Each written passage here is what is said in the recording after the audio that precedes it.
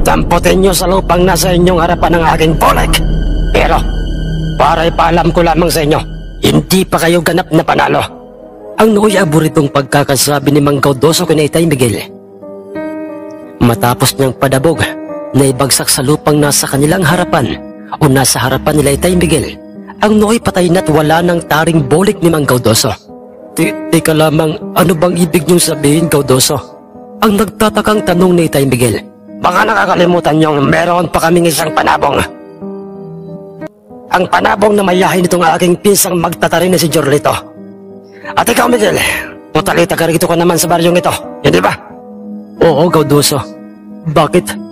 Pwede ka munang umuwi sa inyo at kumuha ng isa pang alagang mong panabong na siyang makakabangga nitong mayahing panabong ni pinsang Jorlito.